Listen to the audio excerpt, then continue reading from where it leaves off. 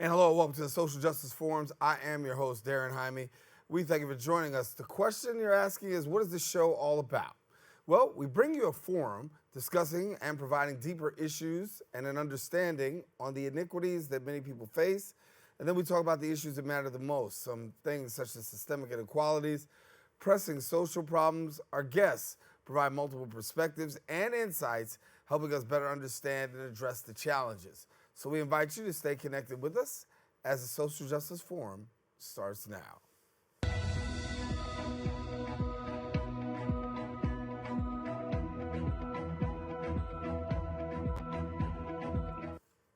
And we are back.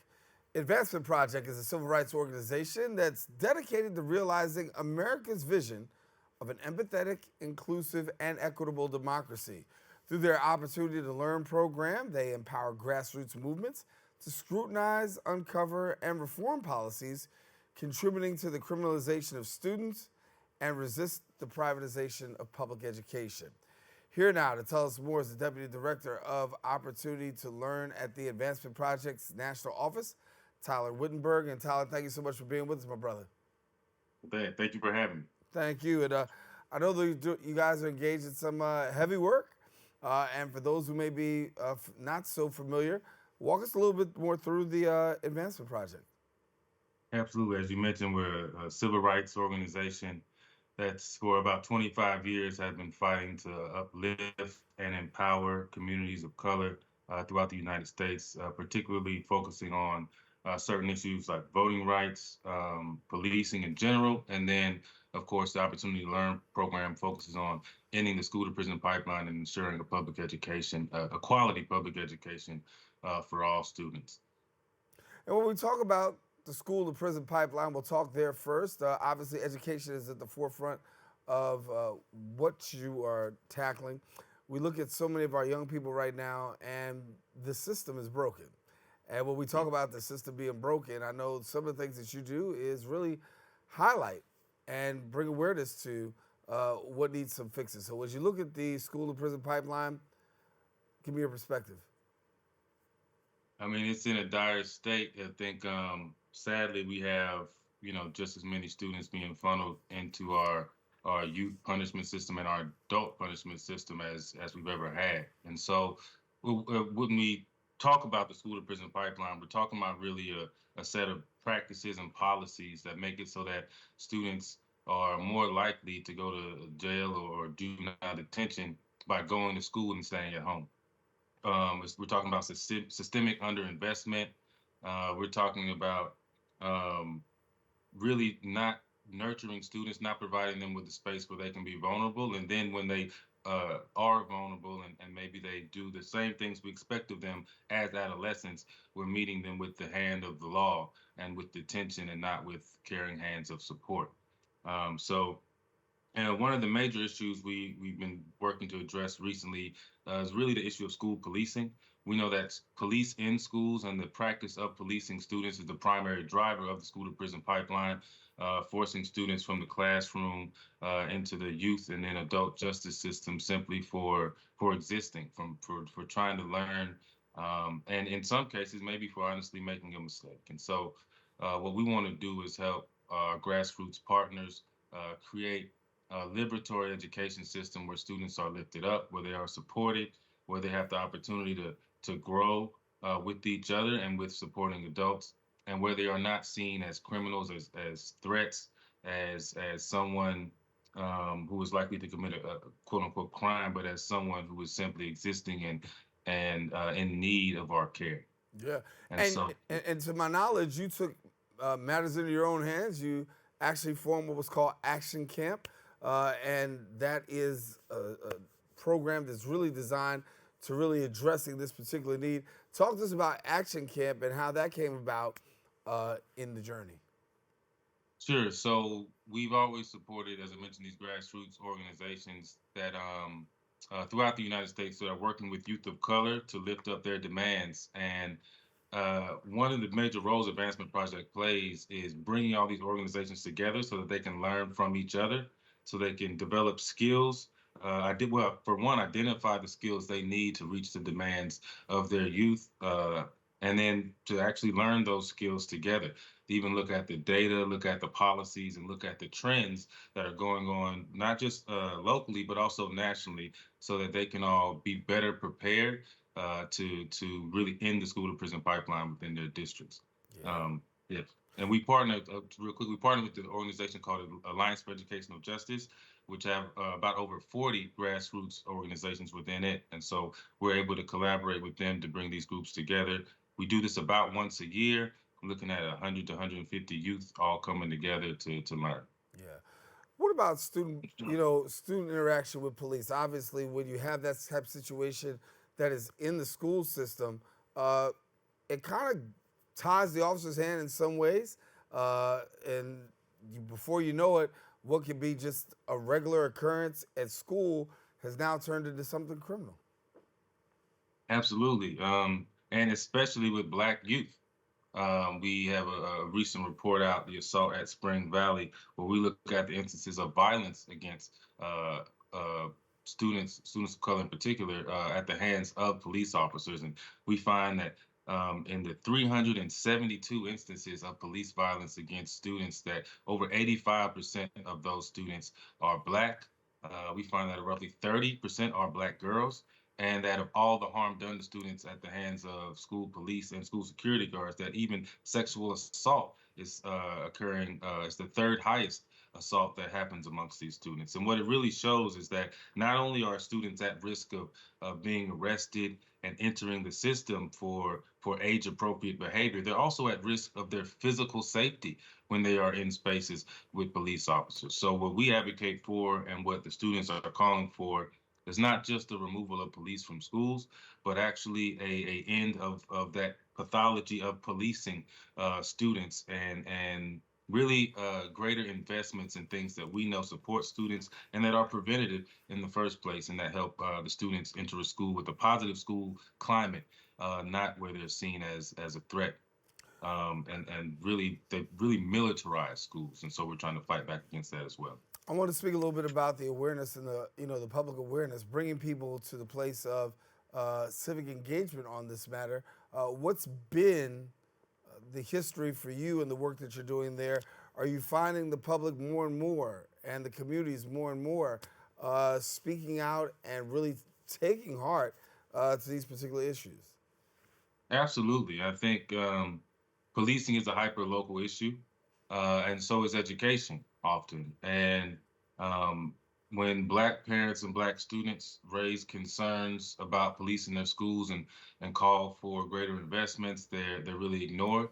While a group of White parents can raise a stink about a course, and then that course may be removed from the school. So the same issues of racism that exist in our communities around policing also exist in our schools around policing, and it's also reflected at the electoral level with school boards. So a lot of our work really tries to uh, give these organizations and the youth the capacity to confront the school board and really force them to make the right decision. So, as we look right now, we understand that there is a problem with the school to prison pipeline. We know that that's real. When we look and we talk about trying to form advocacy and really addressing some of these things and things that people need to be paying attention to, let's look at that for a second, because I want to look at some of the things that we do really need to be paying attention to in this school to prison pipeline. What can the public join in on to have a voice to help in this fight? Well, so there's a national campaign for police-free schools. I encourage people to visit www.policefreeschools.org. On that site, not only will you see a lot of resources and even a map of these instances of violence that I mentioned, you're also able to learn about the history of school policing and why it's really harmful to our community. But also on that website is a long list of organizations, local organizations that are fighting to really empower youth of color. And I would implore folks to go take a look at that. If these organizations, if you live in these areas, I would encourage you to get involved. And of course, we want to put the students at the forefront. So anytime I'm speaking to adults or folks that ask what can they do, it's always really to listen to the youth, to provide spaces for them to talk amongst themselves, for them to organize, with one another and strategize with one another, and then we have to listen to them after they actually make those demands. So um, that's yeah, a key part of it is plugging into where you are locally and then listening to the youth. Yeah, let me get your perspective on this because many times we see the nation being run by a lot of people in youth. When I look at Washington, Capitol Hill, we talk about you got the old heads, the OGs, if you will, but the reality is there is that young adult population that really is infiltrating a lot of staff and helping with a lot of policy and advocacy. Talk to us about the power of getting youth involved early because as we see in national and civic engagement, that many times it's the youth that are leading the forefront. Yeah, absolutely. It really is always the youth we should look to. Um, but when certain instances happen locally, as adults, we can kind of take this fear-based perspective and think, okay, well, what can we do to make sure they're safe? The truth is, youth will tell you what they need to feel safe in any given moment, and it's just up to us to then provide that and to really give some power to their words and to their demands. So at every level of government, I encourage folks to engage with youth and even give them some decision making authority. And so at the federal level, as you mentioned, far removed from the classroom, I think they have the ability to limit the use of funding. So just really encourage them to listen to what youth needs and really limit the ability of school districts to use some of the federal dollars to fund policing, to fund social media monitoring, to fund metal detectors and other things. I think this kind of fear-based mentality that a lot of adults bring can really be negated, and should be negated and overcome by the voices of the youth and the demands that they're making at the local level. So I know you got the 6D strategy, and if you That's could right. talk a little bit about the 6Ds, break that Absolutely. down for us. Absolutely. So the National Campaign for Police Free Schools, we came together and brought all the youth together to think about what are the strategies that they are using to try to end the school to prison pipeline in their localities. In the 60s is a result of that, and much appreciation to the organizers, Jonathan Stith and Maria Fernandez, for putting that together as well. But the first D would be to decriminalize the school building. Youth are youth, students are students. They should not be treated as doing something criminal when they are simply doing age appropriate behavior, and they are all in need of our support. So one, we want to decriminalize the school building. Two, we want to deprioritize the use of police altogether. Um, Oftentimes teachers will call a police officer to the classroom for something that is purely an issue of school management. And so we want to make sure that we have all the resources available, including restorative justice and transformative justice models to take care of those things. We also want to delegitimize this idea that policing actually makes schools safer. Research time and time again shows that policing actually creates a toxic learning environment that adds to a certain level of distrust amongst youth and adults. And the research also shows that there are many things we could do really at the base level that will help create safer environments, and we're just not doing that. We also want to demilitarize the school building. After some of these shootings, folks will say, well, the only way to stop that would be to have, not just an armed officer there, but also we need metal detectors at the front. We need cameras everywhere. We need surveillance everywhere to monitor the students. What this does is actually 100% take away from the learning environment and really make schools appear more like prisons. And that's exactly what we're trying to get away from. So we want to demilitarize the school building. We want students to feel safe and nurtured and really, really blossom in an area without the fear, the constant fear that's driven through criminalization of youth and the militarization of the school building. How many D's is that there? Do we Oh, we also want to fully dismantle. Mm-hmm. We want to fully dismantle the connection between education and criminalization. So we want right now there is a major intersection between criminalization and education. There's collaboration between school districts and law enforcement that make it so that uh, students are even being put through things called a threat assessment. They're not looked at for what they need. They're looked at for the level of threat that they are.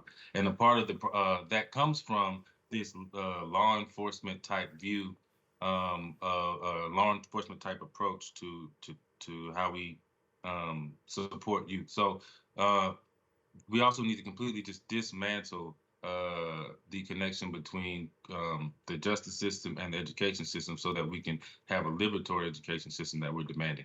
And also, finally, when students step up and they actually achieve a demand, we need to really defend the students. We need to actually stand up for them and defend them against a lot of these right-wing attacks. They're coming for their curriculum, they're coming for their educational spaces, they're coming for any sense of expression and identity. And so we need to also defend students and support them in all the ways. And also these 6 Ds can be found at the website again, policefreeschools.org, and encourage you all to take a look. I want to get your thought about cultural competence when it comes to law enforcement. There seems to be that lack of, even when you talk about those who may be your skin, may not be your kin, right? There's this lack of cultural competence that really is plaguing many departments that plays out, in essence, in the lives of young people. Yeah, so I think for us, it's not really a matter. It's not a matter of like how officers should be trained before they enter the school. It's really that they shouldn't be there at all. And I think the cultural competency piece, it not only extends to those who interact with youth in a law enforcement capacity, it also extends to the teachers in the classroom, to the administrators, and even to that school board level. I think we need to put people in places, put people that are in a position of protecting our Black youth. We need those people to understand our Black youth, and as simple as that. And so there's this kind of there's a myth rather that Black parents aren't engaged or they don't show up as much, and it's just not true. They're often not given the opportunities to show up, and then when they do show up, they're not listened to.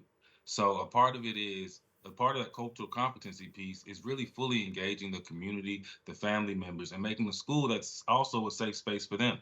Because when we militarize a school building, and when we have all the security on the outside and the police on the inside, it's also a deterrent to parents and the family members to interact with their child within the school building. And so we really need to change that around, engage the community more, work with the community more, and involve our youth with people that understand their perspective. Tyler, how do people get in touch with the work that you're doing?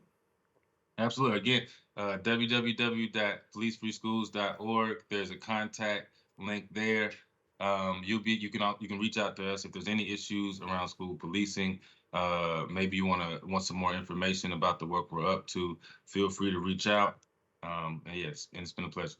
Tyler Whittenberg, been a great time talking to you, brother. Make sure you take care of yourself and have a happy holiday. Likewise. All righty. Take a quick break. Be back with more right after this.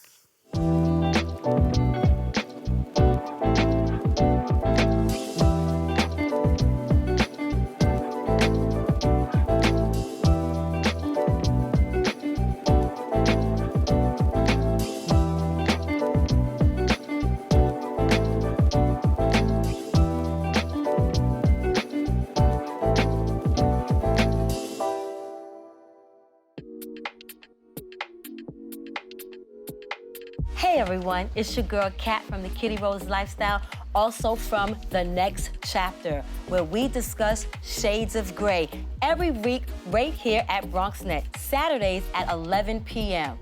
Wow, 30 years. 30 years of BronxNet public access television. I'm a girl from Brooklyn and came to the Bronx 25 years ago, started my journey on BronxNet on public access television in 2016, and BronxNet is where I got my start. BronxNet, I feel like, is a home away from home. They support all of my endeavors, and I wouldn't have been able to be on any of the other channels if it wasn't for the fundamentals that I learned right here at my start here at BronxNet. So I am so appreciative. My son says I should stop telling people I'm from Brooklyn because I've been here now, Bronx strong, for 22 years. So I'm so grateful, and I wish you much success in 30 years, 30, 30, 30, 30, 30, 30, 30, 30 more, because public access is necessary so that people like myself can have a voice. Yes, BronxNet. It's your girl Kat from Kitty Rose. Check me out every Saturday at 11 p.m. right here, Channel 68, The Next Chapter, where we discuss shades of gray. Mwah.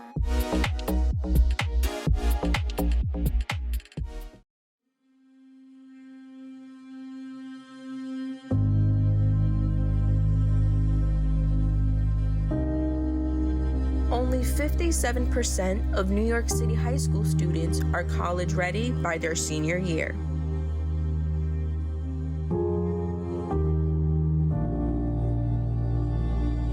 "55% of high school graduates either have no plans to attend college or are uncertain that they will ever attend.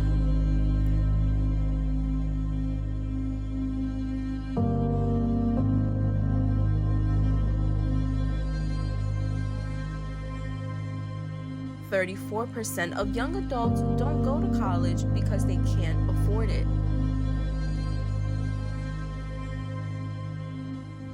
Discover what's possible.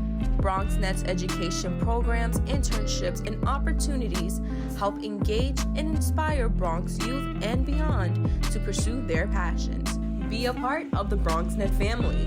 Whether you're interested in our shows, joining a class, or donating to support our mission, visit BronxNet.org to learn more. And we are back. New York Renews is a dynamic coalition comprising over 370 environmental justice, faith, labor, and community groups. The coalition is currently organizing around the climate, jobs, and justice package, aiming to swiftly decarbonize New York, improve overall health and equity, and guarantee a fair transition for workers, as well as fostering an accessible green environment for everybody.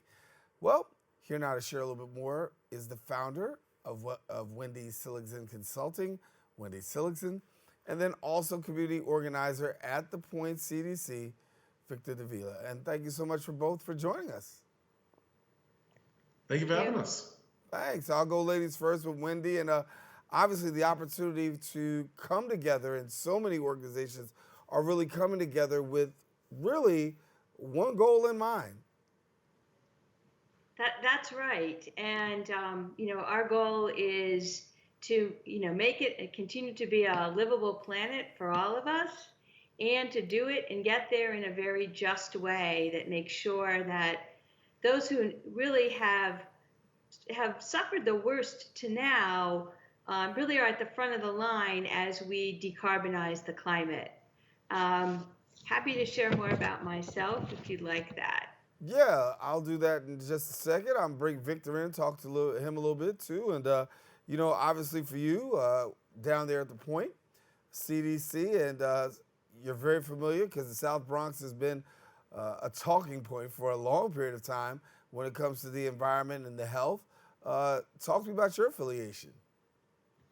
Yeah, I'm from the Bronx. That's enough affiliation for most people, honestly, here. Growing up in the Bronx is a very shared experience of what pollution looks like in this community, right? Pollution, NOx pollution specifically, nitrous dioxide, it's a huge source for a lot of the health issues in the Bronx. We're 62 out of 62 in New York State, right? The South Bronx has the worst asthma rates in the United States, and we have some of the highest rates of cognitive development issues because of those same pollutants, right? We know this because of studies coming out of Cambridge University and Columbia. So we know the air is polluting us, on top of the fact that global warming is a constant threat. So it only makes sense for us to route out fossil fuels, which are the source of both of these harms to our communities and our city at large. I want to get an opportunity to talk about how you two actually were able to join forces and come together. Obviously, the work unites. And Wendy, how did it happen? Yeah, so I'm with a group called the Jewish Climate Action Network NYC, and we've been a member of the New York Renews Coalition since 2017. And in doing that work, I live in the Bronx, in Riverdale, and our network covers the city. And so we were meeting with one of our local elected officials, Senator Biaggi, and through that conversation, kind of we're encouraged to focus on a Bronx-wide voice for climate action. And that's how we then met, Victor and I think I'm happy for Victor to tell him more of that story. Wendy reached out to the Point CDC so that we could try to do something together to really bring more awareness to these issues, get politicians in front of community members and understand that there's a lot of alignment across the whole of the Bronx, right? One group is facing impacts, but the other group is also concerned. And we were able to make a space that made it clear that the Bronx wants to be seen as one large community. And that message got heard. And because of that, we had several successful rallies, and that led to more rallies, and that led to more conversations and more organizations joining us. And now we help run a network of organizations trying to put together community events that we can make sure that our people are the first to know about news involving their health, news involving the environment, and ways they can get involved so they can take their breathing capacity into their own hands. Wendy, I know one of the highlights was the opportunity to really come through in the 2019 climate law, and that was a major victory. Let's talk a little bit about the climate law of 2019 and how that was a victory. Yeah, that was such a victory. I mean, we're still benefiting from it right now and will for decades to come. And so back in 2019, we were, along with, at that time, a couple hundred, I think, members of the New York Renews Coalition, meeting with legislators and going to rallies in Albany. And even at the very end, there was civil disobedience where people really were arrested in the process of expressing how urgent it was that we adopt this law. And the 2019 climate law, what it does is it sets us on a path to decarbonize by 2050 and to lay out milestones every 5 years along the way. From that time forward, there's a Climate Action Council that's been formed among state agencies to set goals, including the first 5-year plan.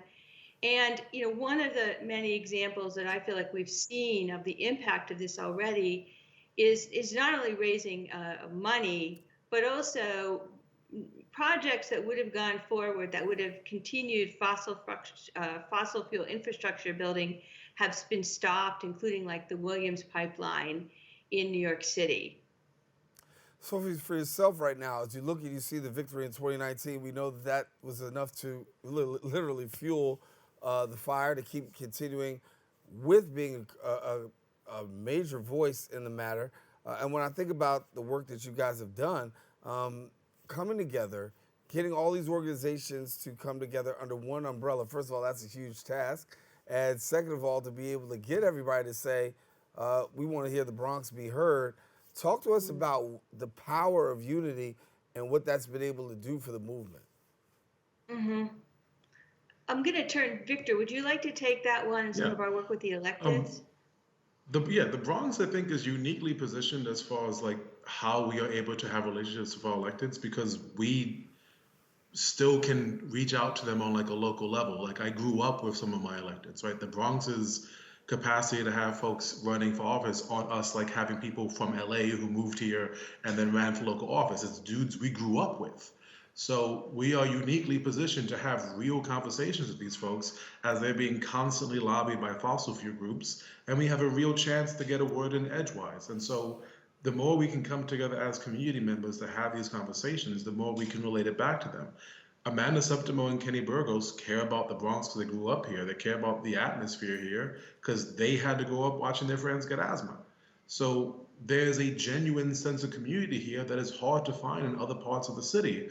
And our goal through this climate work isn't just to keep it alive for the sake of, surviving the next 20 years, but it helps us keep our community alive culturally too. It helps us stay together. Wendy, I know there's a lot of policy that's out there right now, but I want to focus in on a couple of them. Number one, the climate jobs and the justice package, and then also the federal policy Bring us up to speed as to what you want the public to know and how they can participate. Yeah, yeah. Well, so even with this really groundbreaking law from 2019, the work isn't done. There are still gaps to fill in. And so this year we have 3 bills in the current package and a budget request.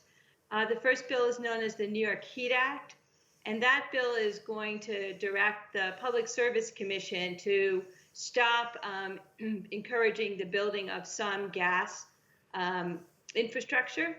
So the work isn't done there. There's also the Climate Change Superfund Act, which would raise $3 billion a year, which is a large amount of money for climate resilience to improve public health, to improve our grid, to make lots of important improvements, including to protect against what will be some of the impact of climate change with surging water. And the third is the Just Energy Transition Act, which, among other things, would mandate that we move to close peaker plants in time.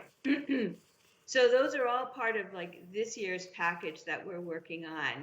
And I just want to add to what Victor was saying about, as we've met with the local assembly member and senators, we don't have to tell them how important this work is. Our Bronx elected officials really understand how important this work is, that this is vital to the Bronx and the community. So we're really working together to make sure that they can raise their voices as fully and in as a coordinated way as possible in their respective chambers. Yeah. Vic, do you want to add on? Yeah, I would just add on like what this actually does on the ground, because like there's a lot of technical things that go into this bill, but ultimately what this means for the Bronx is lowering asthma rates. It means increasing grades in schools, because we know that there's probably some correlation between air pollution and grade initiation, because once again, pollution affects cognitive development in children. We are also looking at this helping to create better jobs in the Bronx, good green union jobs in the Bronx, because what is the point of us making our communities breathable and livable if we get priced out of it? Right? We have to share in a slice of that wealth pie. And that's what these bill packages potentially do. They focus on environmental justice. And to focus on environmental justice, you have to focus on the needs of communities. And if folks want this to happen, if they want their lives to be improved, if they want green renewable energy to be a pathway to building wealth in their own homes, then the ways they can get involved are to reach out to New York Renews, to sign up with New York Renews. On January 27th at the Sonia Mayota Center, there's going to be a community block party happening where people will be able to have fun, learn how to do circus performances, but also get to learn about what's happening specifically and where they can potentially get involved. You don't need to be a climate scientist to do this work. You don't need to be a lawyer to do this work. Whatever you can dedicate to the cause is enough to dedicate to push the needle forward. For yourself, obviously a lot of work that's going on collaboratively, getting organizations to come together to really speak out on the issues that matter the most. What's it like for you being able to see traction and then at the same time being able to get some things across the finish line? What's that feeling like for you, both as organizers? You know, it's exciting when we see it happen and we come together and we work with each other. And like you say, it's not easy. And sometimes it's a little bit lonely to follow up. But then when we come together in our biweekly meetings and we celebrate what we're doing, then you get fueled up to go ahead and do it again. Yeah, the Vikings back in the day when they used to go to war, they used to have a feast first, whether they lost or won, and it feels like that a lot. It's kind of like first we fight, then we feast, where we do have to come together a lot to remind ourselves what we're fighting for. Like this space that we operate in needs to be enjoyable. Some of my best friends are in this work now, and not all of them saw it off as experts, but once you have that community, it's easy to come together even when there are failures, and then when there are victories, it feels incredible, because it's a thing where I get to go, no matter what happens tomorrow, I got to make something of a difference today, and that makes it really easy to sleep at night. So it's good to do good work, and it's rewarding to see things actually come to fruition, but then you got to get right back at it again. Yeah, yeah. I want to, before we get a chance to wrap up, I want to have an opportunity to talk about the public because they play an important part in the work that you're doing, right? You're dealing with electeds, but also you're bringing civic awareness and community engagement. For the public to support, find out more information, what do they do? Well, I think like Victor said, one thing that the public can do is sign up at the New York Renews website, which is nyrenews.org, and begin to get updates as to what's happening at the state level. Any way in is good, and that's one way in. Another thing that people can do is find someone that they can talk with about the climate. It's really one of the most effective ways to make change is to talk about the climate. It's actually a kind of, it's become a part of the work is to reach out and talk to other people about the climate. And the final thing is to join a group. And it could be something like New York Renews, but it could be a local organization like The Point or the Jewish Climate Action Network or another organization so that you're with like-minded people and you can work with each other. Yeah. Victor, I think we started off the segment talking about being at The Point and being down in the South Bronx and how really this work has tremendously impacted the community and the residents of the area. As you look right now, can you begin to give us an assessment as to have you seen progress in the area of the environment and the whole area out there? Because being 62 out of 62, we want to climb up that ladder. I've seen the beginnings of that foundation, right? Ultimately, fossil fuel, it's the enemy, right? Whether it's gas, hydrogen, doesn't matter. It's going to have an impact on our communities. Right now in Hunts Point, we have the largest food depot in the world. It's the largest food market in the United States, second largest in the world. And trucks come in and out of that space every day. It's 22,000 trucks every day coming out of Hunts Point, emitting diesel fuel into the local community. And for the first time ever, they're going to get an electric truck depot. And the Point has been working hand in hand with different groups to build this out so that there's infrastructure to start having trucks that are electrified that won't be emitting these things. And while there's still some traffic issues involving that and like safety around kids walking the street, ultimately that is a huge step forward. And once this thing is built out, we have less and less excuses to use traditional infrastructure to deliver our goods and materials, right? Hunts Point is the stomach of New York City, right? If you had an apple or a pear today, it probably came out of Hunts Point. And how that food gets delivered to you matters because it impacts lives along the way. So I have seen the beginning of this infrastructure finally start to get built out, and it's incredibly exciting to see. I just want to catalyze it so it happens as quickly as possible while still being built as efficiently as possible. Yeah. Wendy, you get the final word. Hopefully. Yes, we can make a difference. We are making a difference. Join us. We need everyone to get involved and make a difference. All right, Wendy Seligson, thank you so much. Victor Davila, thank you so much for being with us and taking a quick break. We'll be back with more coming up right after this. Thank you. Thank you.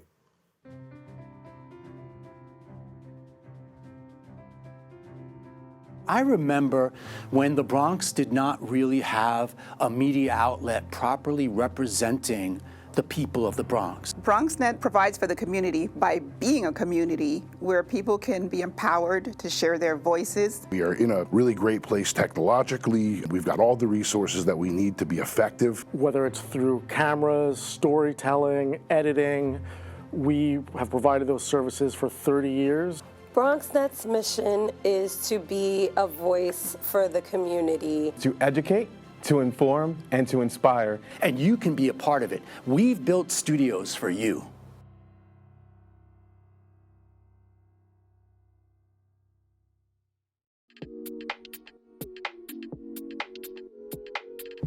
BronxNet is a wonderful place because it inspires people that want to consider a career in film and television.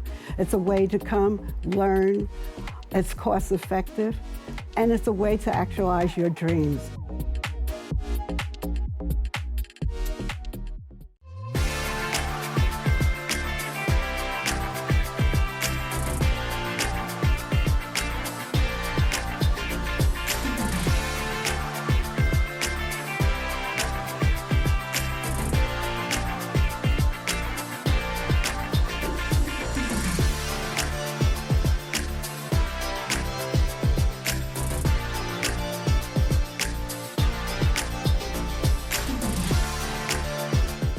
And welcome back. YVote is creating a cross-partisan youth civic engagement movement through people which young people channel their passions and beliefs into positive civic action and also beyond the ballot box. Here now joining us is YVote's youth facilitator, Ananna, and then also we've got peer leader, Emmanuel, Annan. And thank you both for joining us. Yeah, thank you. Super excited to be here. Glad to have this conversation with you. And, we want to introduce our viewers, first of all, to YVote. And so for those that may not know a little bit about YVote, ladies first. Of course. So YVote is a youth organization that really helps the youth develop leadership skills, research skills, and allowing them to project their voice in testifying to local officials and just like helping them amplify their needs and their concerns and what they want to advocate and see more of in their communities. And so I want to talk a little bit with Emmanuel for a moment because as you look at young people engaging in the political movement and just really being engaged in the political movement, some will say that doesn't always happen. But for yourself, why did you decide to engage? I decided to join YVote and become interested in politics and social activism because in my school there isn't really a student government. And so when my sister, she has like a virtual bulletin board advertising different organizations, I knew that YVote would be the one. And I'm interested in being civically engaged because there are a lot of social issues that we have yet to see solutions from, such as the rampant amount of homelessness and food insecurity. And when we talk about food insecurity, that's one issue. When we talk about homelessness, another issue. But when we talk about youth engagement, that's not always an issue that's brought up, but I know that's at the heart of what you do. I want to get to really talk with Ananna about this because I want to talk about this initiative here that you just had recently, which was a Winter Dataland event. And can you share with us a little bit about Winter Dataland? Yeah, of course. So while I wasn't at the Dataland event, which was a few days ago, but it is essentially when YVote and other youth coalitions and organizations in New York City, they come together and they look at aggregated data, survey data to better and cohesively understand what the city youths care about and what their needs are, as well as crafting policy recommendations for local leaders based on this data. And with this data, it helps implement this policy breakfast that I attended this February. And it was an incredible experience to see how powerful the youth are and how engaged they are in this mission to advocate for their needs. And last February's, their focus was with economic mobility, climate justice, housing, mental health, and educational equity. Emmanuel, when we look at the issues that are out there right now, what do you want young people and really us as adults to really be paying attention to? There are too many issues for me to list, but I feel like the most important issue is for young people especially is to go out there and pre-register or register to vote. A lot of the times we don't see the results that we want to see because there's not a lot of voices that are projecting or crying out for help for the changes that we want to see made. For adults, I would say encouraging young people to go out and pre-register to vote and just being an adult ally. Yeah. And also, I want to talk about 2024 because it's a huge time, not just here in New York City, but really nationally. What's been the work that you guys have been doing to really spread the word amongst your colleagues? It's time to be out there and vote. I guess I'll start off first and pass it off to Ananna. I know one of the first things that we are doing, and I have been on BronxNet before, was to talk about the Leaving College pre-registering event, where we have continued to go peer-to-peer, door-to-door, not necessarily, but peer-to-peer, and educate and encourage young people who may have been registered to vote, to encourage other people that they know to pre-register or register to vote. And I think I will pass it off to Ananna. Thank you, Emmanuel. And yeah, 2024 is a huge year when it comes to elections and getting involved in politics. So, of course, that pre registering and getting people involved with the pre registration process is extremely pivotal. And some of the work that YVote does is while we do get friends and family to vote, we also encourage our young Y voters to pre register as well. We also help enhance their media literacy skills. We teach young individuals about where to get their information from, the advent of misinformation, because with an election this huge and so significant, it's important to stay educated and connected with sources and data that direct us to like the more accurate realities of certain campaigns and the candidates that are running. And Anna, when we talk about the candidates that are running and they're out there, I mean, they're hitting the pavement, they're trying to get votes.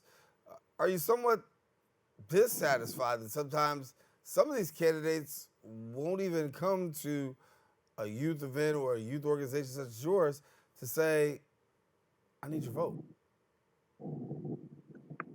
Yeah, I wouldn't say that I'm fully content with the way that things are being regulated or like just the political atmosphere with certain campaigns right now. But I do think that the power of the youth and how we amplify our voices and elevate the way we vocalize and project our civic opinions and our different perspectives. I think just getting people the vote out there to like encouraging friends and family to like stay educated and like stray away from misinformation, it does go a long way, even when certain candidates aren't as like directed or like as immersed with what the youth can do. Yeah. Emmanuel, what can you do to prepare themselves, particularly if somebody is not of age and they're not there yet, but yet and still they want to take advantage of this process or want to be engaged in this process? What advice do you have for somebody to be able to do that?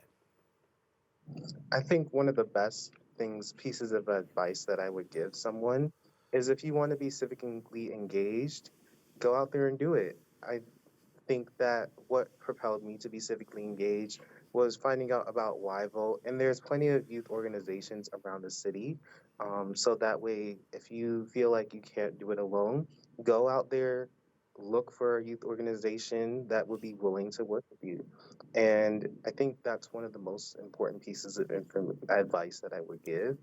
I would also give, like what Ananna says, staying close to the news, practicing media literacy, and making sure that you can discern the truth from lies.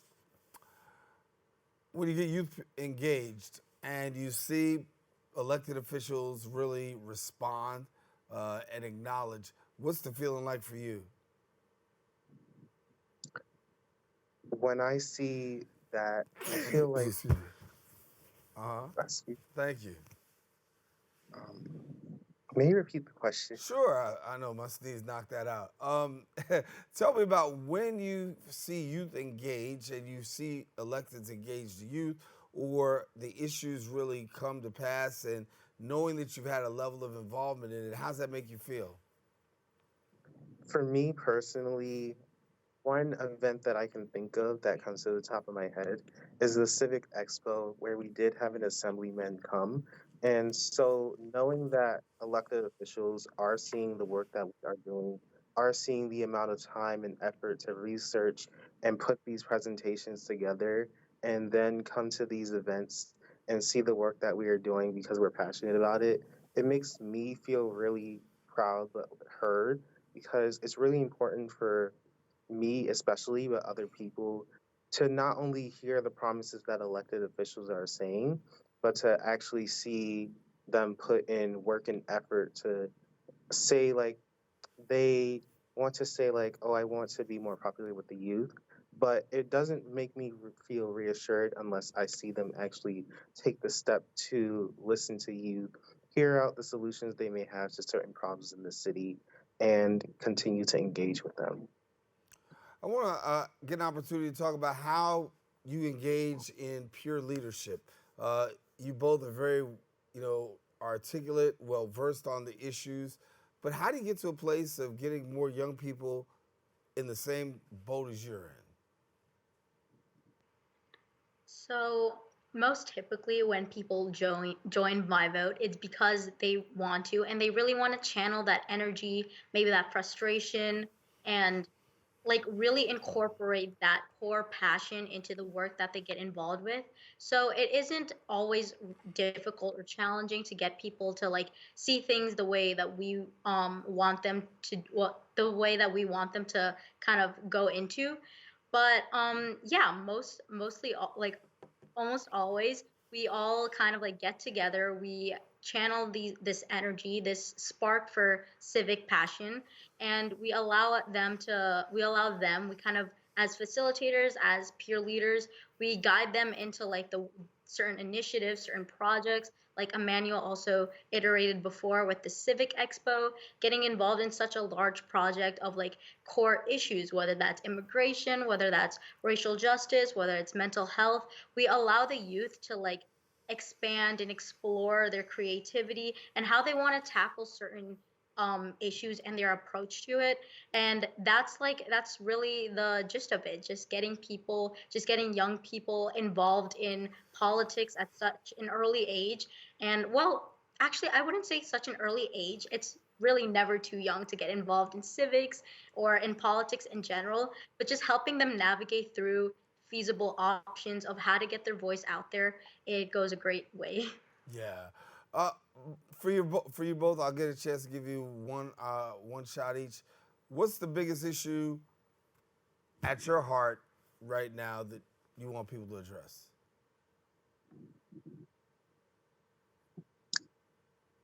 Ladies first. Yeah, we'll do guys first this time. Oh, I think the biggest issue for me at this current moment in time would be, besides all the voting stuff, would be food insecurity. I think it's really impacted me to the point where, shameless plug, but I am doing my school's first food drive, All student-led right, food drive. congratulations. Congratulations. That's not a shameless plug. That's a plug worth clapping for. Go ahead. Thank you. And I say food insecurity is really imperative to me because I see so many New Yorkers. Like, I take a bus ride from East New York all the way to Brooklyn College. And on that bus ride, it passes through a lot of neighborhoods, and you can see the different levels of affluencism in each neighborhood and who's struggling and who's not. And far too many times do I see people who are going without food and starving on the streets or lining up on food pantries because there is not enough money for them to be able to afford the prices of food that are constantly on the rise. Yeah, food insecurity is a huge component in an, I feel like we we also need a lot more addressing and a lot more action towards. And yeah, that was lovely, Emmanuel. And I'm so glad that you're starting your school's first food drive. For me, I think a core issue that I really want to address and kind of project is housing mobility as well as mental health. But housing mobility, I remember, I know this is an issue that's like huge, especially in New York City, but part of YVote, I'm also part of the Social Media Creator Corps. And one of my posts when I was doing research, it was in regards to how much New Yorkers spend for rent here in NYC. And it was shocking to me to see that like more than half of our population spends an incredible amount over exceeding their the income that they make, or even more than half of the income that they make, and it just goes to rent. And it's really personal to me as well, considering how excessive and how expensive rent is here in New York City, especially when we have the whole migrant crisis occurring as well. So seeing that housing is an issue and seeing how my parents work hard for it, as well as many other minority families and other communities and families as well, it's really hard to take care of themselves, take care of their families, their mental health, while also paying for rent that takes away half of their income.